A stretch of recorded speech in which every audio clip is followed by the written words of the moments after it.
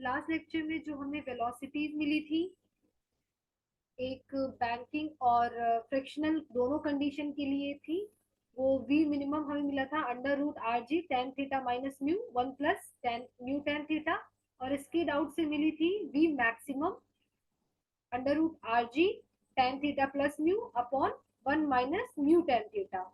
तो जो इसके जो ये बैंकिंग और फ्रिक्शनल ओनली, मतलब बैंकिंग ऑफ रोड्स और फ्रिक्शन कंडीशन के लिए जो वेलोसिटी की रेंज होती है,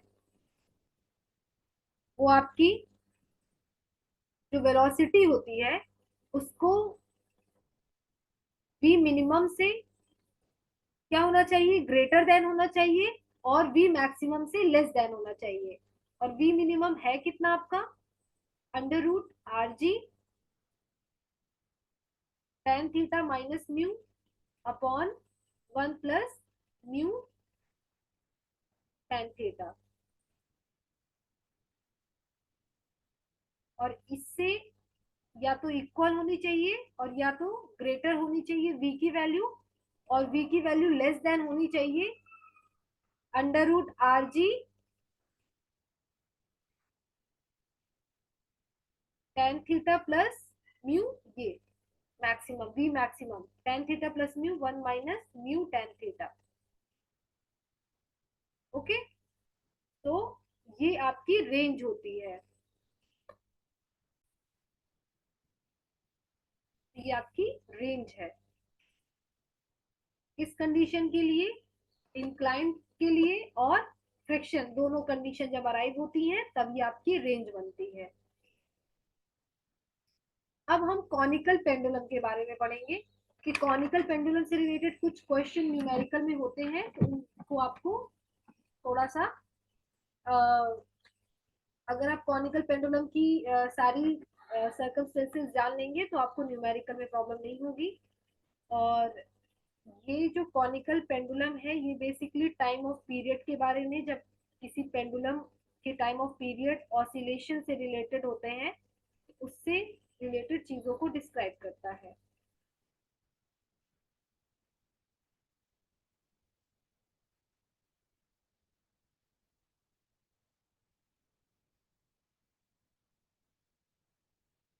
तो ये आपका conical pendulum,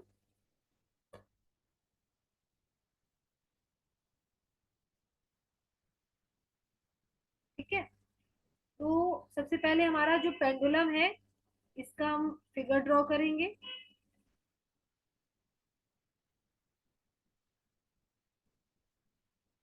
this is your string, string से अटैच्ड है एक बॉब, ये इसकी एक्सट्रीम कंडीशन होती है जहां पे v is equal to zero देता है। दिस इज योर बॉब, और ये मीन कंडीशन होती है, राइट।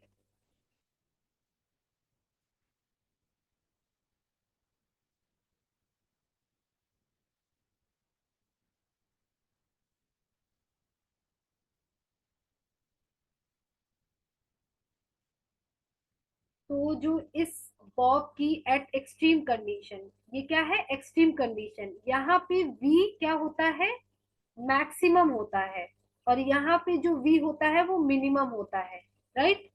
यहाँ पे, ओ सॉरी, उल्टा हो गया, यहाँ पे आपका v मैक्सिमम होता है और यहाँ पे आपका v मिनिमम होता है। अब v मैक्सिमम और v मिनिमम की ये स्टोरी है कि जब ये अपनी मैक्सिमम ऑसिलेशन की कंडीशन में पहुंचता है उस पॉइंट पर जहां से उस पर दी गई एनर्जी खत्म होती है और वो वापस अपने मीन पोजीशन की साइड आ रहा होता है, तो वो जिस पॉइंट से अपने वेलोसिटी को ब्रेक करके वापस आ रहा होता है उस पॉइंट को फाइनल वेलोसिटी वी मैक्सिमम कहते हैं। ओके, और यहाँ पे v इज इक्वल टू क्या देता है, जीरो देता है, क्या देता है, जीरो। इसीलिए मैंने स्टार्टिंग में यहाँ लिखा था मिनिमम। तो ये मैक्सिमम कंडीशन यहाँ पे देता है, और अब जब यहाँ से जाकर वापस आता है तो ये मिनिमम वी मिनिमम देता है, ठीक है। तो यहाँ पे v इज इक्वल टू क्या देता है, जीरो, यानी कि एक्सट्रीम पोजीशन पे v क्या होता है, जीरो, और मीन पोजीशन में v मैक्सिमम हमको मिलता है। ये हो गई।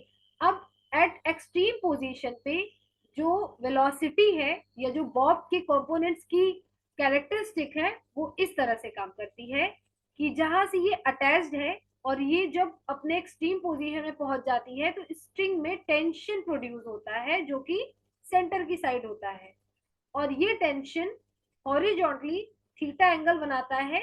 इस कंडीशन से ना ये दोनों पैरेलल हो गई, ये दोनों ट्रांसवर्सल हो गई, तो ये और ये ऑल्टरनेट है ना, इंटीरियर ऑल्टरनेट एंगल इक्वल होते हैं, तो ये इंटीरियर ऑल्टरनेट की उससे थीटा एंगल यहाँ बनाता है। अब ये टेंशन को एज अगर रिजल्टेंट लिया जाए तो ये हमें देगा टी कॉस थीटा, और ये देगा T sine theta. T centre की साइड है तो ये कुछ इस तरह से सर्कुलर मोशन प्रोवाइड कराएगा बॉब को, राइट। तो अब सेंट्रीपिटल फोर्स के लिए कौन सा कंपोनेंट है, टी साइन थीटा, ठीक है। और बॉडी का या बॉब का जो वेट है वो डाउनवर्ड mg लगेगा। अब इस बॉब को जब देखा जाए तो सर्कुलर पाथ है ये, और इस सर्कुलर पाथ में अगर यहाँ कोई पार्टिकल है तो इस पार्टिकल को अंदर साइड टी साइन थीटा लग रहा है ना, तो ये सेंट्रीपिटल हो गया। सेंट्रीपिटल के जस्ट अपोजिट क्या लगेगा, सेंट्रीफ्यूगल फोर्स। क्या लगेगा, centrifugal force.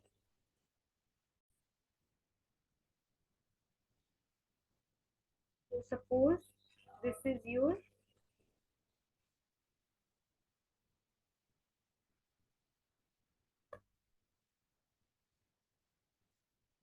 length L, okay, and ये आपका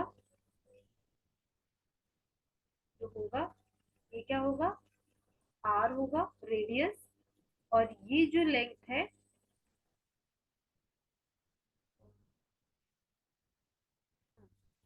तो ये लेंथ है वो आपकी ये यहाँ से यहाँ तक ये होगी स्मॉल एल, ठीक है, ये स्मॉल एल ये कैपिटल एल ये आर हो गई आपकी, योर आर। अब आपका ये जो आर है ये एल है और ये स्मॉल एल है। हमें जो बेसिकली चाहिए वो आर रेडियस, रेडियस की अगर हमें वैल्यू निकालनी है कैपिटल एल लेंथ के साथ, है ना, क्योंकि इसमें क्या होगा हमारी लेंथ इंक्लूड हो जाएगी, स्ट्रिंग की पूरी लेंथ इंक्लूड हो जाएगी। तो हम आर और एल में अगर रिलेशन देखें तो बेसिकली जो साइन थीटा होता है आपका वो परपेंडिकुलर अपॉन हाइपोटेनियस होता है। अब अगर ये क्या है, ये थीटा एंगल बनाते हैं, तो जो परपेंडिकुलर है आपका ये आर है, क्या है परपेंडिकुलर, आर है, और हाइपोटेनियस का काम एल कर रहा है। तो बेसिकली आर रेडियस जो है वो आपको दे रहा है, कैपिटल आर कह लें स्मॉल आर कह लें, एल साइन थीटा, ओके। इस वैल्यू की हमको आगे चल के नीड है, तो हमने अभी से इसको यहां से निकाल लिया, कैपिटल एल और रेडियस के बीच के रिलेशन से R is equal to L sine theta. अब हम इस पेंडुलम की जो भी कंफिग्रेशन हमने बनाई है इसके अकॉर्डिंग हम इसकी इक्वेशंस को जनरेट करते हैं। हाँ, तो हमने यहाँ पे क्या बताया था कि जब पॉइंट यहाँ पे होगा तो सेंट्रीपिटल टी साइन थीटा की वजह से centrifugal M B square upon R बाहर की साइड लगेगा ना, लाइक दिस, और सर्कुलर मोशन मेंटेन करेगा T sine theta at extreme position. तो अब इक्वेशन अगर हम बना दें तो T sine theta is balanced by M we square ना। अब जो रिवॉल्यूशन हो रहा है उस पे आपका ये v की जगह हम ओमेगा आर रख देते हैं, तो एम वी स्क्वायर क्या हो जाएगा, omega square R square upon R, ये क्या हो गया एम ओमेगा स्क्वायर आर, और टी कॉस थीटा किसके थ्रू बैलेंस हो रहा है, एम जी के थ्रू बैलेंस हो रहा है। Now we will divide both the equation first and second, T से टी कैंसिल तो ये देगा आपको टेन थीटा, एम से एम कैंसिल हो जाएगा, omega square R upon G. तो ओमेगा यानी कि एंगुलर वेलोसिटी क्या मिलेगा, under root G upon R tan theta. ठीक है, ये आपको मिली एंगुलर वेलोसिटी। क्या, angular velocity.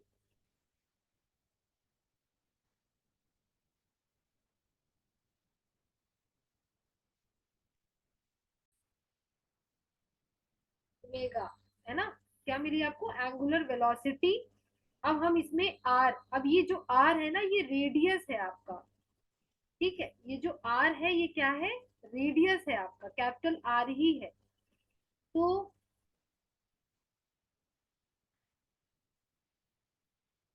Omega is equal to under root small g, और कैपिटल आर कितना हुआ, कैपिटल आर हमने ऊपर निकाला था L sine theta, L sine theta. ठीक है, और टेन थीटा की वैल्यू भी मैं अगर रख दूं sine theta upon cos theta, तो cos sine theta cancel out हो जाएगा, ओमेगा हमें क्या मिलेगा, ओमेगा हमें मिलेगा g upon l cos theta. क्या मिलेगा, g upon l cos theta. तो अकॉर्डिंग टू द सिचुएशन जो जो चीजें दी हैं आप इसके अकॉर्डिंग दोनों कंडीशन क्या कर सकते हैं, बना सकते हैं, दोनों फॉर्मूले लगा सकते हैं। रेडियस दिया हुआ है या रेडियस नहीं दिया हुआ है, थीटा दिया हुआ है, ग्रेविटी दी हुई, कांस्टेंट दिया हुआ है, लेंथ ऑफ द स्ट्रिंग दी हुई है, तो आप इन इस फॉर्मूले को आर देने पे इस फॉर्मूले को आप क्या कर सकते हैं, लगा सकते हैं। अब हम एक रिलेशन देखते हैं। जो आपकी ओमेगा होती है वो होता है 2 पाई अपॉन टाइम। ठीक है, ये आपका जो रिवॉल्यूशन फ्रीक्वेंसी देता है, तो ओमेगा जो आपका है ये 2 पाई अपॉन टाइम है, ये फॉर्मूला होता है इसका। ठीक है, अब अगर इस में we know that omega is equal to क्या होता है, 2 पाई अपॉन टाइम। ओमेगा की वैल्यू मैं यहां रख दू under root G by L cos theta is equal to 2 pi upon time. देखिए मैं टाइम पीरियड निकालने के लिए ऐसा कर रही हूँ, तो मैं ये फॉर्मूला आपको इसलिए बता रही हूँ। Under root G by L cos theta is equal to 2 pi upon time. Time, अगर अब आपको टाइम निकालना है, क्या, टाइम निकालना है, तो क्या हो जाएगा, 2 pi under root L cos theta upon small G. This is your time period, simple pendulum का ये टाइम पीरियड है। ठीक है, जब बॉडी ऑसिलेट होती है तो omega is equal to 2 pi upon time, है ना, इस तरह से ये कंडीशन देता है। और जब ये ऑसिलेशन में इसका टाइम पीरियड क्या होता है, 2 pi under root L cos theta upon g. अब इस कंडीशन में मैक्सिमम थीटा मैक्सिमम कब देगा, थीटा मैक्सिमम कब देगा, जब ये थीटा क्या हो जाएगा, यहां से हमारा 0 डिग्री देगा, तो कॉस थीटा की वैल्यू क्या हो जाएगी, मैक्सिमम हो जाएगी, 1 हो जाएगी, थीटा 0 पे कॉस थीटा की वैल्यू क्या मिलेगी, maximum, time 2 pi under root L by g. अगर आपका थीटा नहीं देता है तो आप इसको पुट करिए। इस तरह से आपके पास कितने फॉर्मूले मिले, ये था आपका ये तो खैर रेंज हमने लास्ट वाले लेक्चर से निकाली। कॉनिकल पेंडुलम, कॉनिकल पेंडुलम में आप पेंडुलम की सारी एक्सट्रीम मीन पोजीशन बनाते हुए सारे कंपोनेंट डिराइव करेंगे, उसके बाद इक्वेशन बनाएंगे, रेडियस की वैल्यू निकालेंगे पेंडुलम फिगर से, और आपको ओमेगा मिलेगा। ओमेगा के बाद आप ऑसिलेटरी मोशन का जो omega is equal to 2 pi upon time होता है ना, फ्रीक्वेंसी का रिलेशन होता है ना, इनडायरेक्टली प्रोपोर्शनल होता है, या जो रिलेशन होता है 1/t से होता है, जितना कम टाइम लगेगा उतनी ज्यादा फ्रीक्वेंसी होगी, और जितनी कम फ्रीक्वेंसी होगी उतना ज्यादा टाइम लगेगा। तो इस तरह से ये आपका omega is equal to value रख दी और हमें मिला under root G by L cos theta. Maximum extreme position पे निकाल रहे हैं ना, तो मैक्सिमम की कंडीशन कब जनरेट होगी, जब थीटा जीरो होगा तो कॉस थीटा मैक्सिमम होता है। तो ये हो गया आपका मैक्सिमम कंडीशन। मैक्सिमम कंडीशन में टाइम पीरियड आपका क्या बनेगा, 2 pi under root L by G. Okay, this is your time period. तो इसी की वजह से, इसी टाइम पीरियड की वजह से जो आपकी फ्रीक्वेंसी होती है, जो आपकी रोलिंग कंडीशन होता है, जैसे एक गेम होता है डेथ वेलकम, है ना, तो उस पे लोग बाइक लेकर क्या करते हैं, राउंड रोटेशन करते रहते हैं बॉल के साथ, और नीचे नहीं गिरते हैं। इसी की वजह से, इसी कंडीशन की वजह से, क्योंकि सेंटर की तरफ फ्रिक्शन फोर्स लग रहा होता है और उसके नॉर्मल से उसका सेंट्रीफ्यूगल फोर्स बैलेंस हो रहा होता है, और फ्रिक्शन से उसका वेट बैलेंस हो रहा होता है। तो इस तरह से ये इतनी जैसे कि वेलोसिटी देता है, राइट। उसकी कंडीशन कुछ इस तरह होती है, सपोज ये आपका ये डेथ वेल का कुआं है एक तरह से, जिसपे आपने देखा होगा सर्कस वगैरह में लोग बाइक लेकर, स्कूटी नहीं, बाइक लेकर रोटेशन करते रहते हैं और वॉल की दीवार इस पर वॉल पे कॉन्टिन्यूसली सर्कुलेट होते रहते हैं, बिना स्लिप हुए या बिना गिरे। उसमें ऐसा कुछ कंडीशन होता है कि जो ये ब्लॉक है, सपोज ये इसमें से चिपका हुआ है, तो ये सेंट्रीफ्यूगल फोर्स बाहर फील करता है mv स्क्वायर अपॉन आर, इसका फ्रिक्शन आगे की तरफ लगता है और इसका जो वेट है नीचे की साइड लगता है, इसका जो नॉर्मल फोर्स है ये ऊपर साइड लगता है, ठीक है। अब बैलेंस जैसे जो हो रहा है, नॉर्मल बैलेंस कर रहा है सेंट्रीफ्यूगल फोर्स को और फ्रिक्शन बैलेंस कर रहा है mg को, और जो फ्रिक्शन की वैल्यू होगी वो लेस देन लिमिटिंग फ्रिक्शन होगी ना, लेस या इक्वल देन होनी चाहिए, ज्यादा होगी तो वो क्या करेगा, स्किड आउट कंडीशन में आ जाएगा। यहाँ पे अगर हम इसकी वैल्यू फ्रिक्शन की mg रख दें तो ये होता है म्यू एन, और mg less than mu N किसको कर रहा है balance, M B square upon R को, एन से एम कैंसिल आउट हो गया, बी मिनिमम मिलता है आपको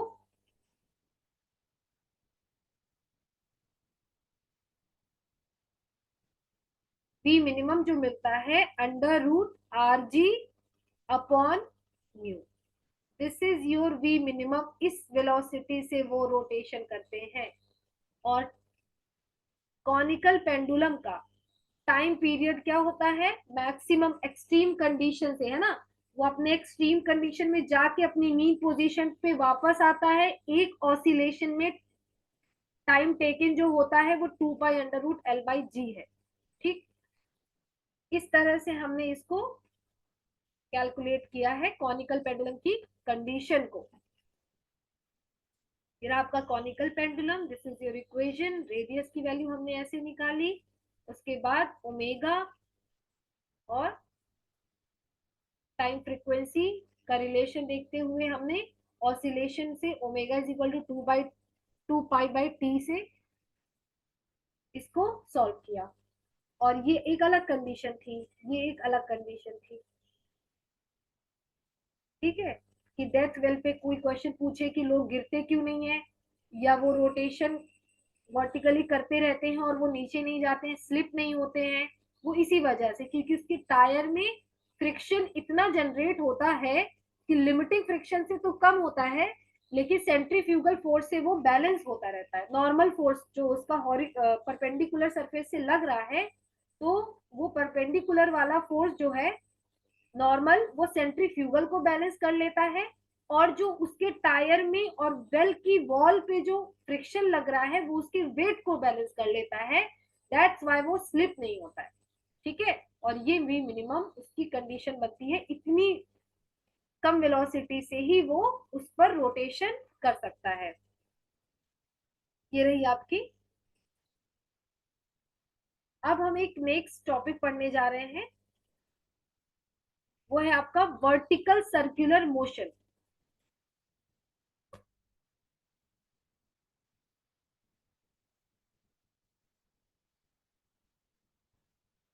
vertical circular motion. In vertical circular motion, there are three type of cases. Case first, case first है आपका particle oscillate in lower half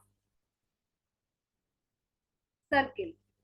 ठीक है, पहली कंडीशन में पार्टिकल एक सर्किल पे उसके सेंटर से इस तरह से अटैच है, तो जो ये बॉब है ये लोअर हाफ में ही सर्कुलेट होता रहेगा, ऑसिलेट होता रहेगा और इस डायामीटर से ऊपर नहीं जाएगा। पहली कंडीशन, उसके लिए उसको कितनी वेलोसिटी चाहिए ये हम निकालेंगे। Now case second, case second है आपका पार्टिकल, जो पार्टिकल है वो मूव तो करेगा अपर हाफ में लेकिन लूप कंप्लीट नहीं करेगा, एक पूरा रोटेशन कंप्लीट नहीं करेगा, कंप्लीट ऊपर जाके नीचे आ जाएगा। Particle moves to upper half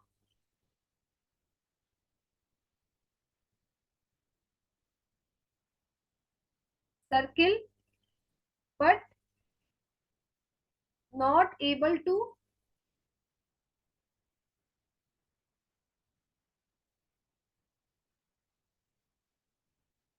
complete the loop.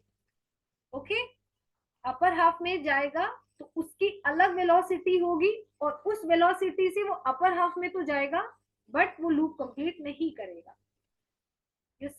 Third case is particle complete the loop.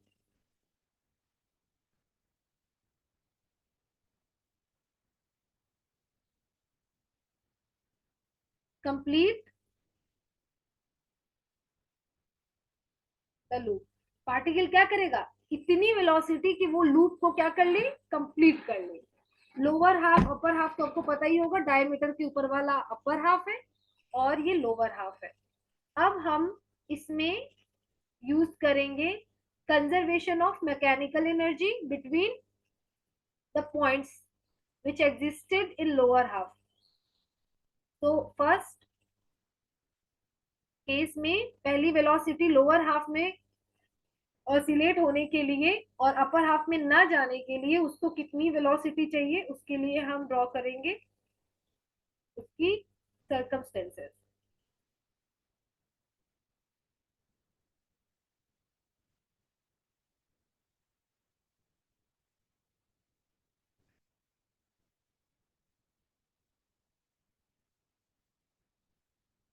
अरे सर्किल लेके नहीं बन रहा है सही से, बना रहा है।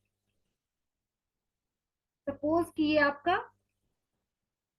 डायमीटर इसमें बनाइए और डायमीटर से आप सेंटर से पेंडुलम अटैच करिए स्ट्रिंग के through. This is your diameter, this is your diameter, centre, और सेंटर से स्ट्रिंग अटैच हुई और स्ट्रिंग से बॉब अटैच है। ठीक है, अब ये और ये क्या है, इसकी एक्सट्रीम पोजीशन है जहां पे v इज इक्वल टू क्या करता है, 0 देता है, और यहाँ पे v मैक्सिमम देता है, यहाँ v मिनिमम देता है, और ये इसकी मीन, सबसे mean mean position in the sense अपने सेंटर पे है, अपने पोजीशन पे है। तो इस कंडीशन में हम क्या करेंगे, by using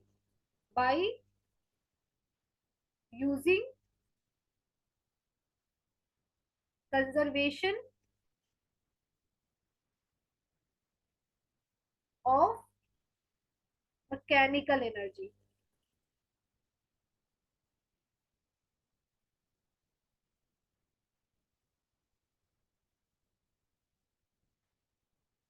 suppose this is your point A, this is your B.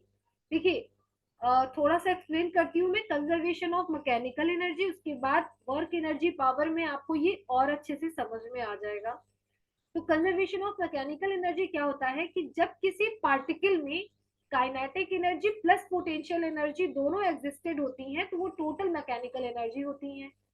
और जब पार्टिकल कॉन्फ़िगरेशन चेंज करता है, इट मींस पोजीशन चेंज करता है, तो उसकी पोटेंशियल एनर्जी और काइनेटिक एनर्जी दोनों में क्या आते हैं, चेंजेस आते हैं।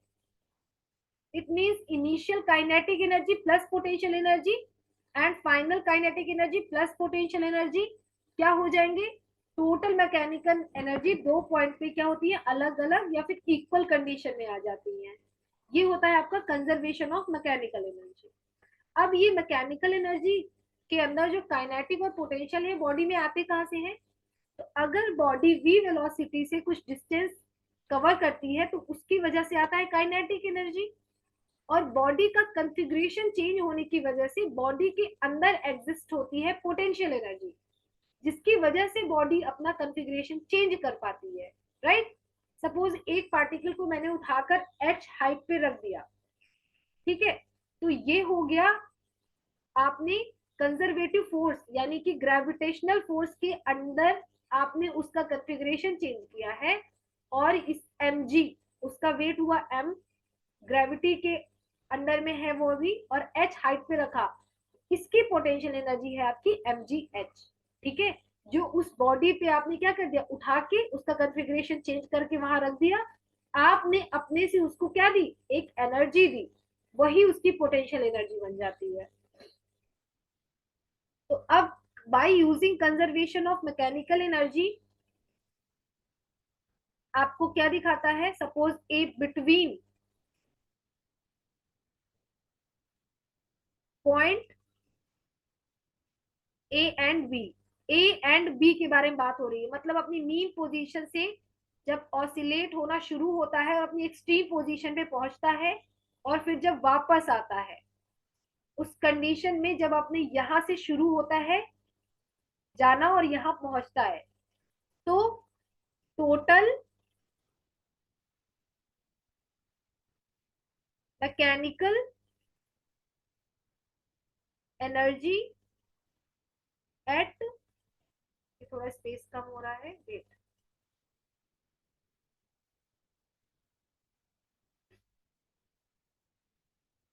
या total mechanical energy at point,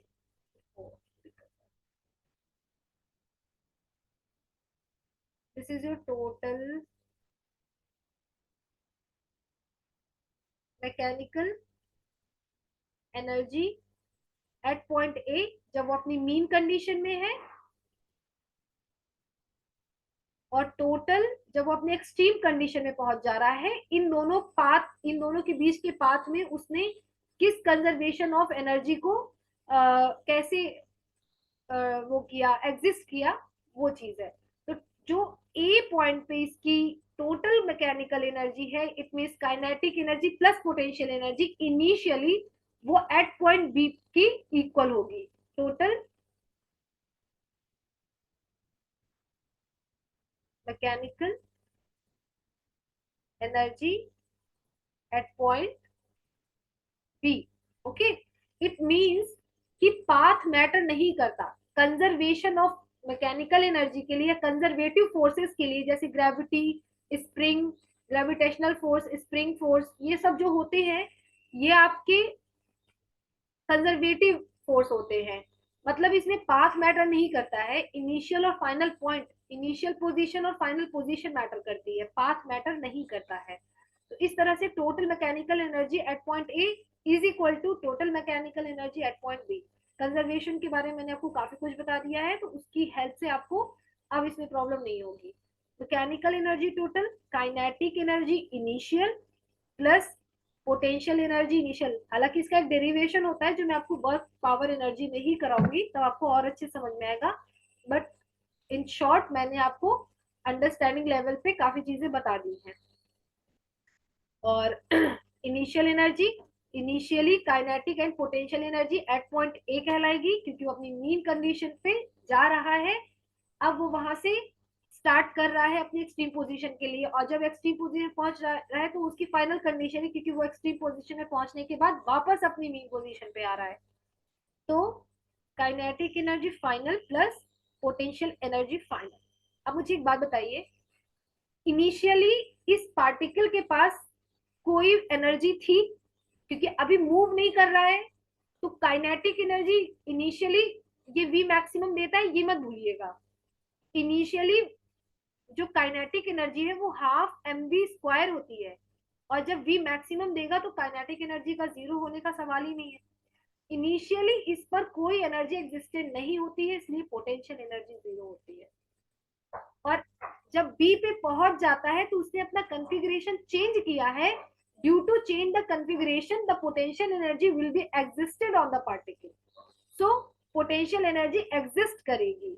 तो सपोज ये कितना, भाई ये जितना रेडियस है ना उतनी ही हाइट ये कवर करेगा अगर अपनी एक्सट्रीम कंडीशन जा रहा है, तो पोटेंशियल एनर्जी इज एग्जिस्टेंट। अब वो हम एम जी आर के बराबर करेगा। और काइनेटिक एनर्जी एट, जब यहाँ पे जाता है और अपनी वेलोसिटी ब्रेक करके वापस आता है तो फाइनल वेलोसिटी क्या देता है, जीरो देता है। तो हाफ एम वी फाइनल ये जीरो हो जाएगा, तो ये पूरा जीरो। तो इस कंडीशन में potential energy, sorry kinetic energy zero होती है आपकी।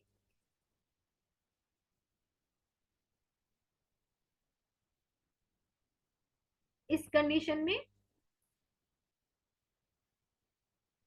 फाइनल काइनेटिक एनर्जी जीरो होती है और पोटेंशियल एनर्जी आपकी एग्जिस्टेबल होती है, क्योंकि कॉन्फ़िगरेशन चेंज होता है।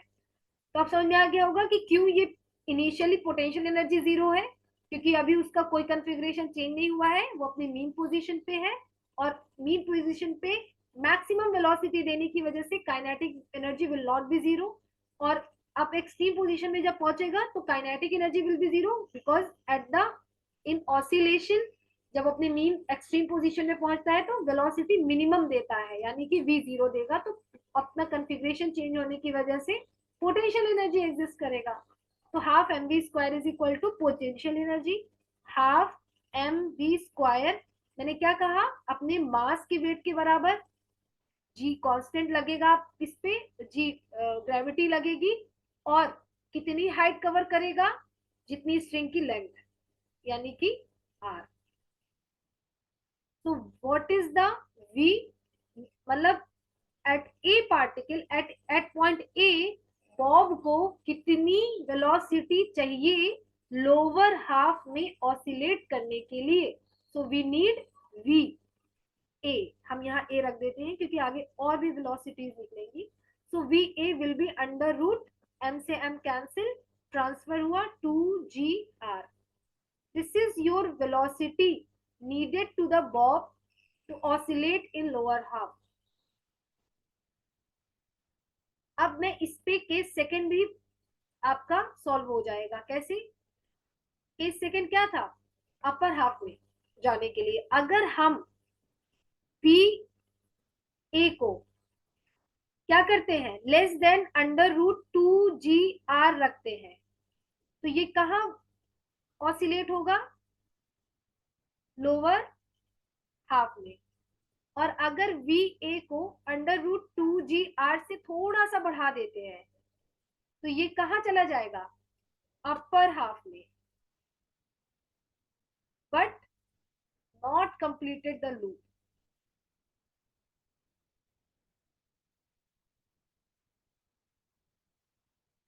समझ में आया आप लोगों को कि कैसे इसमें हुआ है, ये हमने bye using conservation of mechanical energy से किया है ए और बी के बीच, इस तरह से। हाँ, initially kinetic energy potential energy, finally kinetic energy potential energy, because in conservative force path matter नहीं करता, इनिशियल और फाइनल पॉइंट मैटर करता है। दैट्स व्हाई इनिशियल और फाइनल पॉइंट पे दोनों की टोटल मैकेनिकल एनर्जी इक्वल होगी।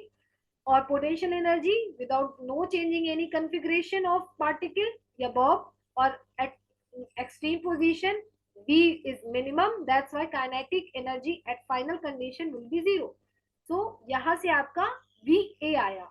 मतलब देखा जाए तो अगर इस फिगर पे आए तो यहाँ पे इसे v कितना चाहिए, ये देखिए v मैक्सिमम दे रहा है ना, कितना, √2gr चाहिए होता है। अभी ये आपको डायरेक्ट अप्लाई करना होगा, तो इसलिए इस डेरिवेशन को जरूर याद रखिए, क्योंकि ये v आपको पूछेगा एट पॉइंट ए है कितनी वेलोसिटी चाहिए, तो आप बताएंगे √2gr चाहिए। ओके, तो एट मीन पोजीशन उसे कितना चाहिए, √2gr वेलोसिटी चाहिए for oscillate in lower half, और उससे ज्यादा के लिए अपर हाफ के लिए उससे ज्यादा थोड़ा सा चाहिए, तो v is greater than √2gr। अब फिर से हमें एक सर्किल बनाना है और द नेक्स्ट सिचुएशन, जब वो कंप्लीट अपर हाफ जाता है, एट द एक्सट्रीम पॉइंट पहुंचता है, लेकिन लूप कंप्लीट नहीं करता है, उसमें एक ही, उसमें दोनों कंडीशन सॉल्व हो जाएंगी आपकी।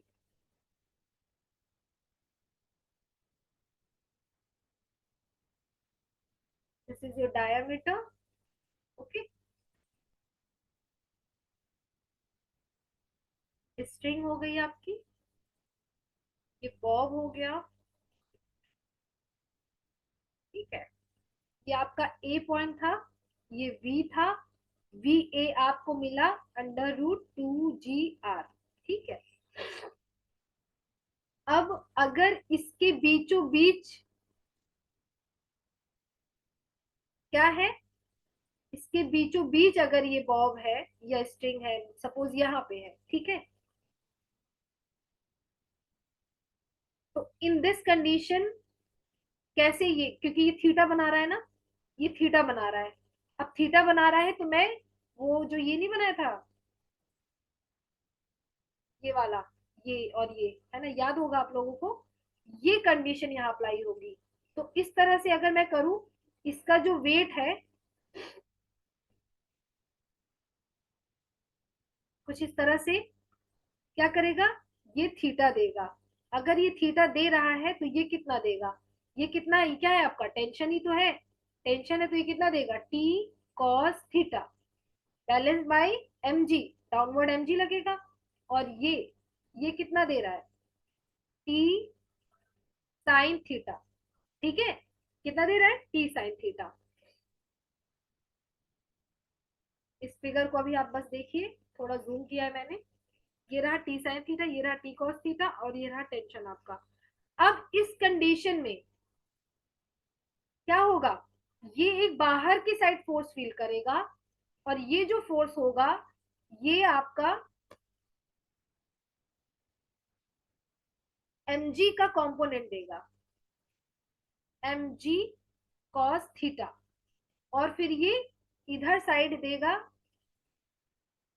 परपेंडिकुलर देगा mg sin थीटा, जिसकी हमें नीड नहीं है। तो अगर ये mg cos थीटा दे रहा है तो इसी डायरेक्शन में एक और फोर्स कौन सा लगेगा, सेंट्रीफ्यूगल फोर्स, कौन सा, centrifugal force, mv² upon r। अब हम इसकी इक्वेशन बनाते हैं, आप इसको ध्यान से देखिए, इस कंडीशन, ये हम मान लेते हैं कि ए बी, और ये कोई कौन सा पॉइंट है, ए टू बी के बीच का ही मानते हैं, पहले इसकी इक्वेशन बनाते हैं, ठीक है।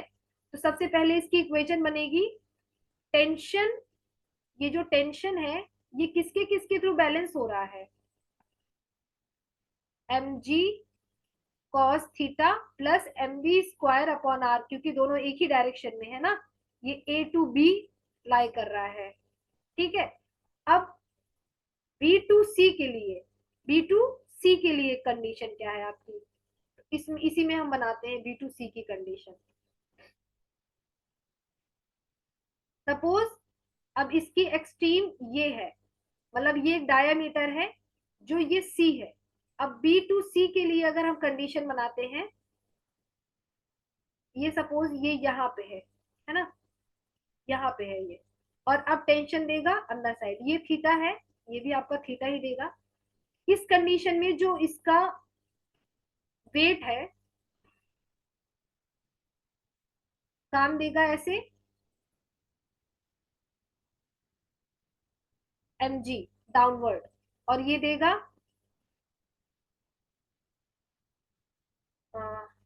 ओके। अब आपको ये जो देगा ना, ये जो सीधे जा रहा है, ये है आपका सेंट्रीफ्यूगल फोर्स, क्या है, mv² / r, सेंट्रीफ्यूगल फोर्स। ये mg है, ये दोनों पैरेलल लाइन है, इंटीरियर ऑल्टरनेट से ये देगा थीटा। इस t की डायरेक्शन में ही mg का component mg cos theta work करेगा, राइट। और हमें साइन थीटा की जरूरत नहीं है, तो B to A to B के लिए ये हो गया, और बी टू सी के लिए क्या हो जाएगा, t इज इक्वल टू,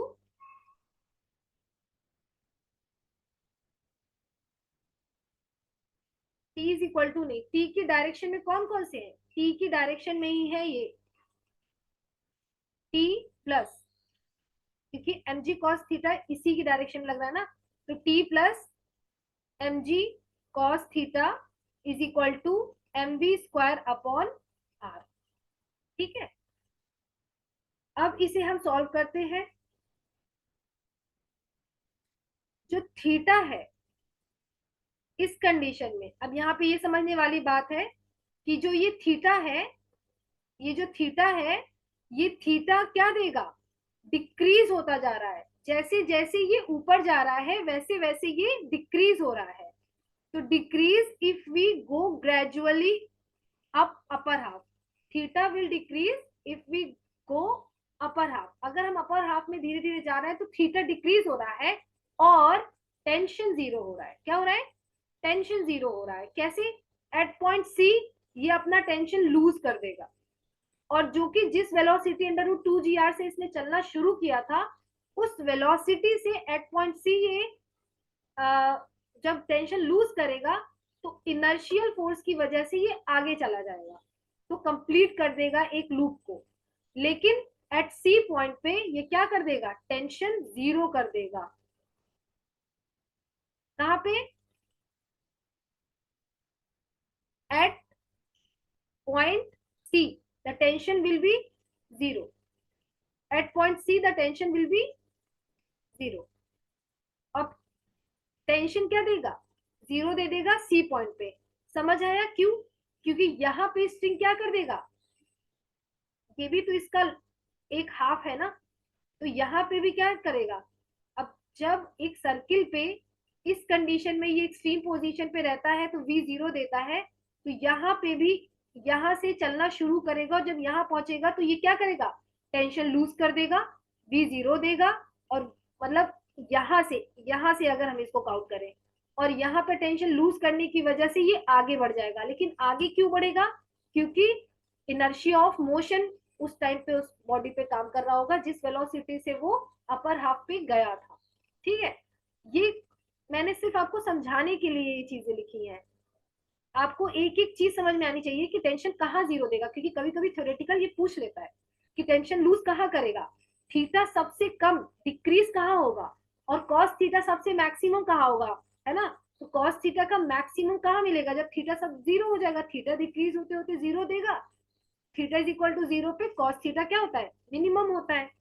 ये सारी चीजें मैं राइट डाउन कर देती हूँ, बट मैं ऑलरेडी आपको बता चुकी हूँ।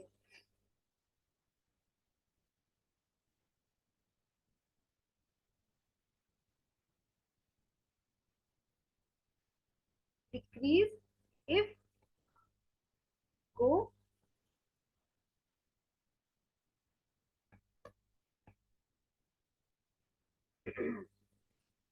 ग्रेजुअली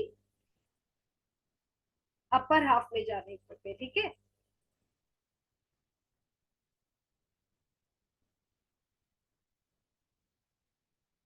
और कॉस थीटा विल इंक्रीज, है ना, ये तो बताने वाली बात नहीं थी, फिर भी इंक्रीज। ठीक है, सो एट पॉइंट सी, सबसे ऊपर वाले पॉइंट पे अब हम देखते हैं।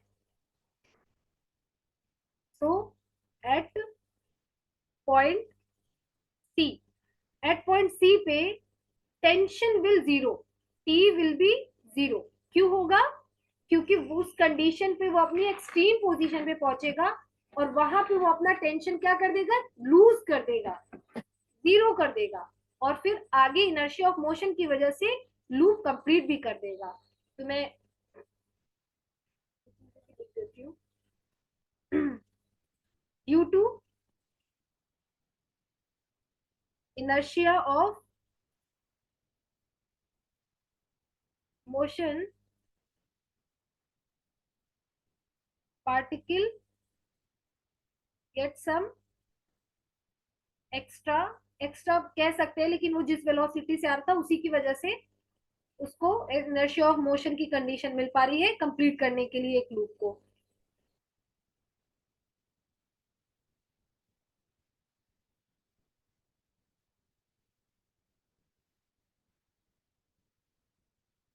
ठीक है, बिकम जीरो। तो एट पॉइंट सी पे जब ये आपका जो थ्योरी है ना रिपीट होगी, फिर से ये थ्योरी क्या होगी, रिपीट होगी, फिर वो अपने लोअर हाफ पे आएगा, फिर वो अपने अपर हाफ पे जाएगा, फिर अंडर रूट 2 GR से अपर हाफ में जाएगा, लोअर हाफ में ऑसिलेट करेगा, राइट। तो लास्ट केस के लिए फिगर थोड़ा दिमाग में रखिएगा जो ऊपर मैंने सेकंड वाला बनाया है। Now we need the velocity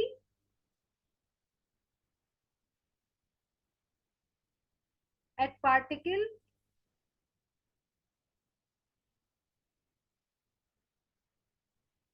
of particle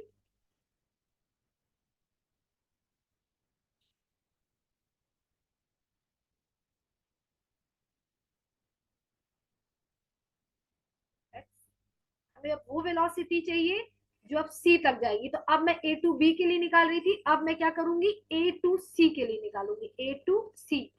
और ए टू सी पे टी इज इक्वल टू क्या है भाई, जीरो है। अब मुझे वो वेलोसिटी चाहिए, उतनी वेलोसिटी चाहिए जो वो अपर हाफ तक चला जाए। ठीक, पहले अपर हाफ जाने की वेलोसिटी निकालते हैं, फिर उसके आगे की कंडीशन को देखते हैं। तो अपर हाफ में जाने के लिए जो t इज इक्वल टू बना था आपका m we square upon R, और कॉस एम जी कॉस थीटा को मैंने ट्रांसफर कर दिया, एम जी कॉस थीटा, है ना, ये इक्वेशन आपकी बनी थी।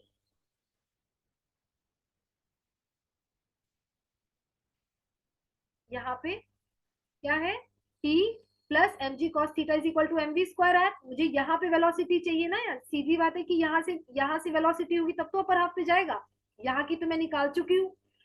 तो लोअर हाफ की निकाल ली है, अपर हाफ अब t plus M g is equal to M we square है, T plus M g is equal to M we square है। तो T plus M g is equal to M we square है, तो M G को मैंने transfer किया और वही इक्वेशन मैं आगे लिख रही हूँ यहाँ पे, M we square minus M ji cos theta.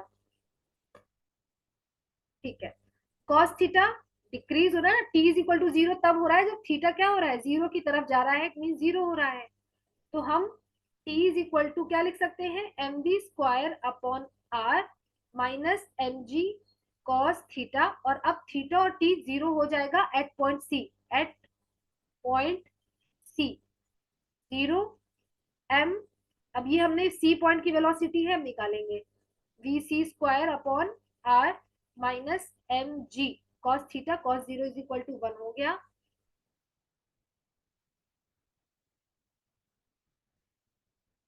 तो ये रहा आपका एम, मैंने ट्रांसफर किया velocity of C at point C, R is equal to M G, M से एम कैंसिल हो गया, और ये है आपका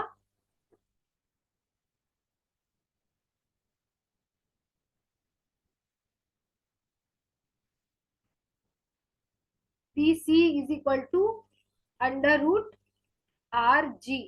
एट पॉइंट सी इसकी वेलोसिटी कितनी होगी, अंडर रूट आर जी, है ना। ये ये रहा ए, ये रहा सी।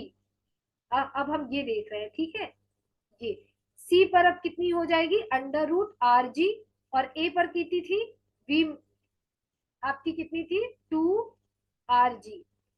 इतना समझ में आया, ये दो वेलोसिटी निकाली, टेंशन जीरो हो जाएगा, तब ये निकला हमारा VC under root RG। By using इस सिचुएशन में,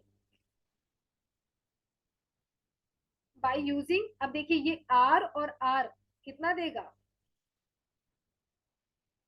2R देगा, by using conservation of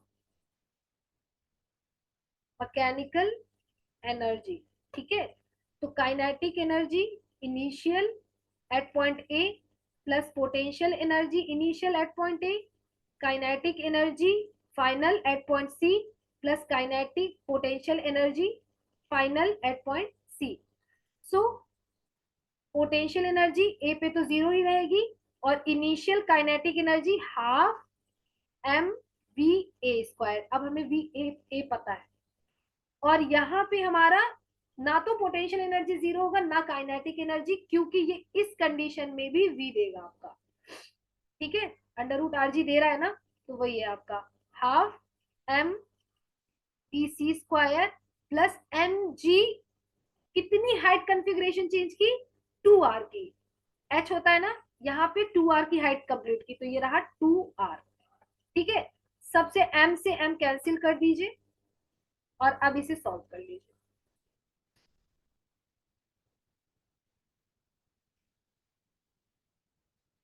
we A square is equal to कितना हुआ, या फिर half V A square is equal to half V C square plus G 2r। अब value रख देते हैं। वी ए की वैल्यू 1/2, अंडर रूट 2gr थी, स्क्वायर हो गया तो क्या हो गया 2gr, और ये 1/2 वी सी क्या निकला gr, और प्लस ये कितना है 2gr। एक सेकेंड, ये वेलोसिटी वी ए की अब हमें चाहिए, ये वेलोसिटी रख नहीं सकते। ओके, अच्छा, एट पॉइंट सी जाने के लिए हमें कितनी वेलोसिटी चाहिए, करेक्ट, ए पर ही तो चाहिए होगी ना सी तक जाने के लिए, तो अभी हमें निकालनी है।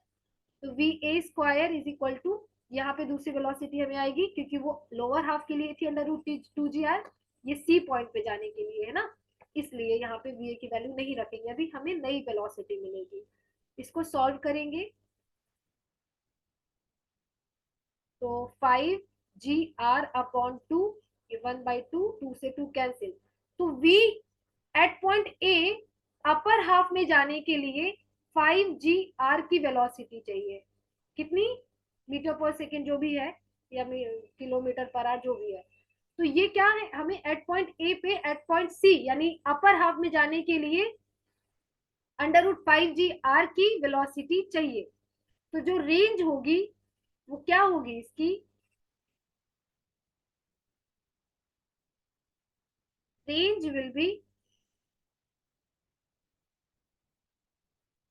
जो रेंज होगी वो होगी आपकी under root 2gr lower half के लिए, और अगर 2gr से बड़ी हो गई, और अगर ये under root 5gr upper half के लिए, और अगर इसको हमने ग्रेटर देन 5gr कर दिया तो क्या कर देगा, ये विल कंप्लीट अ लूप। ये क्या करेगा, लूप को कंप्लीट कर देगा, अगर अंडर रूट 5gr से ये बड़ा कर दिया, थोड़ा सा भी हमने बढ़ा दी वेलोसिटी को ए पॉइंट पे, और अगर ये इससे छोटी है तो अपर हाफ में जाएगी और वापस आ जाएगी। 2gr लोअर हाफ में रहेगी, अगर थोड़ा सा बढ़ा दी गई तो अपर हाफ में चली जाएगी। ये आपकी रेंज बनती है अंडर रूट 2gr से लेके अंडर रूट 5gr तक की।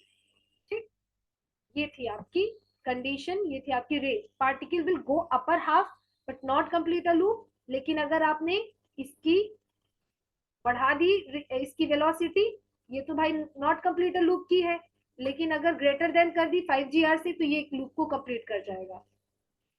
ठीक है, मैं आपको स्टार्टिंग से दिखाती हूँ।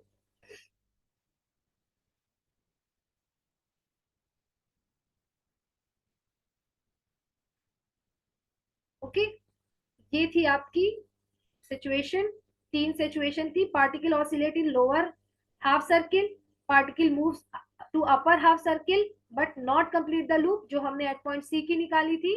Particle will complete the loop under root 5gr से, थोड़ा सा वेलोसिटी एट पॉइंट ए पे ही हमें बढ़ानी है। ए से बी, ए से सी, दो कंडीशन हमने निकाली, दोनों में ही चारों कंडीशन, तीनों कंडीशन को फुलफिल किया। कंजर्वेशन ऑफ एनर्जी से शुरू किया, kinetic energy potential energy initially और finally at point A B के बीच में ले लिया। एट पॉइंट ए पे जो वेलोसिटी है वो अंडर रूट 2gr होगी तो लोअर हाफ में जाएगा, 2gr से बड़ा होगा तो अपर हाफ में चला जाएगा। सेकेंड केस के लिए इन दोनों के बीच के कंपोनेंट बना लिए विद एंगल, और इस कंडीशन में अगर सी पॉइंट पे पार्टिकल चला जाता है तो वहां टेंशन लूज कर देगा और थीटा मिनिमम हो जाएगा। थीटा मिनिमम जीरो की तरफ जा रहा है, वहां कॉस थीटा मैक्सिमम देगा। ये थ्योरी है आपकी। Moment of inertia, inertia of motion की वजह से वो एक लूप फिर से कंप्लीट, प्रीवियस हिस्ट्री फिर से कंप्लीट, प्रीवियस हिस्ट्री को फिर से रिपीट करेगा, फिर से वही सर्कुलर पाथ को लोअर हाफ और अपर हाफ में मूव करने के लिए सर्कुलेट करेगा। तो ये इस वजह से होगा क्योंकि टेंशन जीरो होने के बाद भी वो कंप्लीट को, एक लूप को कंप्लीट कर सकता है जब उसकी एट पॉइंट सी पे अंडर रूट 5 GR के बराबर की वेलोसिटी दे दी जाए या उससे थोड़ा बढ़ा दी जाए। ये है at point C, A B, B to C के बीच की कंडीशन का इक्वेशन। ये बी टू सी के बीच का कंडीशन है, उसका इक्वेशन हमने बनाया और इसको सॉल्व किया। V C at point C पे निकाला अंडर रूट आर जी, और उसी ए पॉइंट पे हमें 5 GR अंडर रूट निकाल देंगे। तो ये हमारी मैक्सिमम वेलोसिटी हो जाएगी जो लूप को कंप्लीट करने में हेल्प करेगी। ठीक है।